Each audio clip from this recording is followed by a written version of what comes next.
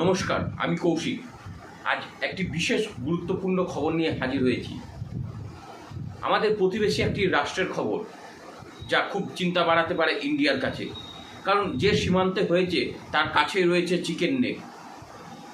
আমরা নেপালের কথা বলছি।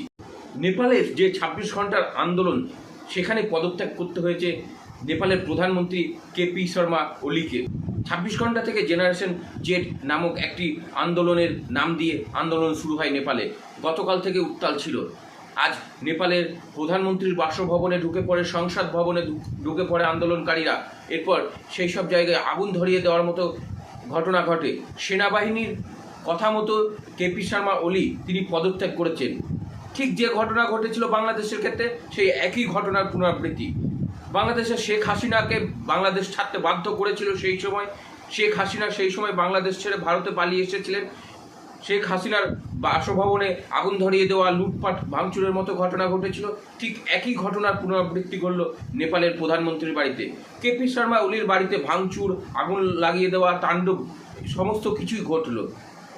কেপি শর্মা কাঠমান্ডু ছেড়ে পালিয়েছেন, তবে কোথায় গেছেন এখনও তা স্পষ্ট নয়। তিনি দেশেই থাকবেন নাকি অন্য দেশে চলে যাবেন।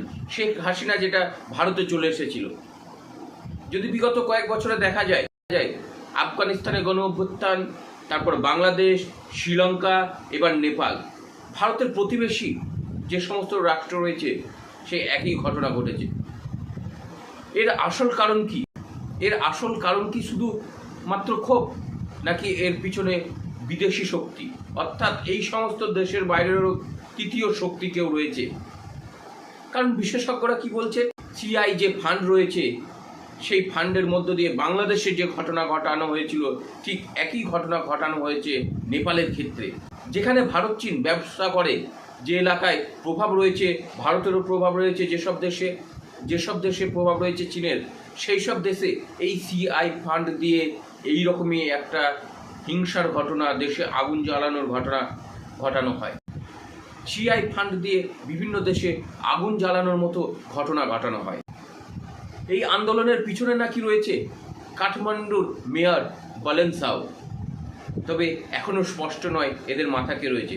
তবে কেপি শর্মা ওলি পদত্যাগ করেছেন, আর সন্ধ্যের মধ্যেই নতুন প্রধানমন্ত্রী খোঁজা হতে পারে। প্রধানমন্ত্রী গঠনের ক্ষেত্রে সেনার ভূমিকা থাকতে পারে গুরুত্বপূর্ণভাবে। ঠিক বাংলাদেশের যে ঘটনা, সে একই ঘটনার কোথাও পুনরাবৃত্তি। তবে কেউ কেউ বলছেন বলেনসাও এর পিছনে রয়েছে। আবার নেপালের একাংশ চাইছে রাজতন্ত্র হিন্দু রাষ্ট্র, যেমনটা ছিল 2008 সাল পর্যন্ত। 2008 সাল পর্যন্ত নেপালে রাজতন্ত্র ছিল, রাজতন্ত্র হিন্দু রাষ্ট্র ছিল নেপাল। জ্ঞানেন্দ্র সাউ ছিলেন শেষ রাজা। তারপর সেখানে 2006 সাল থেকে এইরকমই একটা গণ অভ্যুত্থান তৈরি হয়।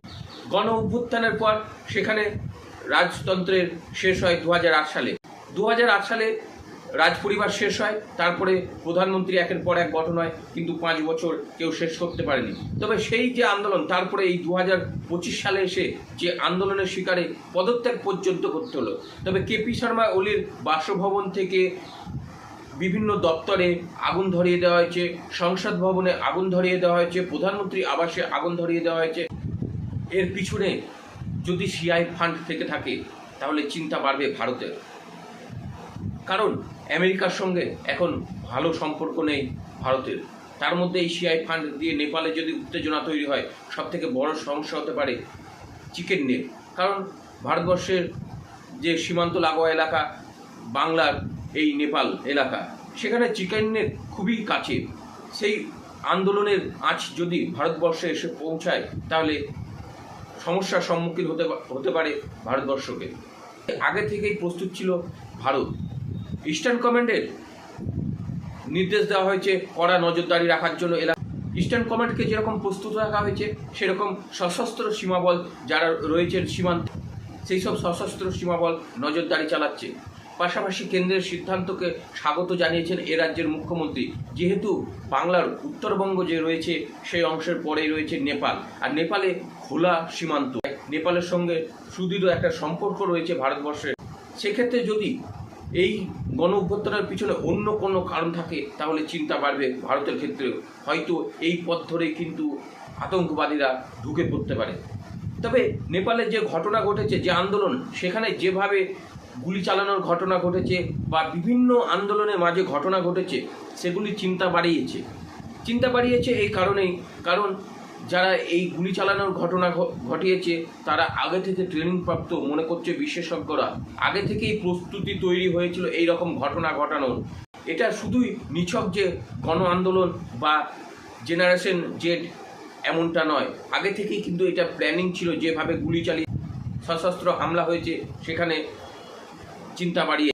শ্রীলঙ্কা বাংলাদেশের পর নেপালেও সেই একই ঘটনার পুনরাবৃত্তি। তবে কেপি শর্মা ওলি কোথায় পালিয়েছেন, না নিজের দেশেই থাকবেন, সেটা এখন দেখার বিষয় রয়েছে।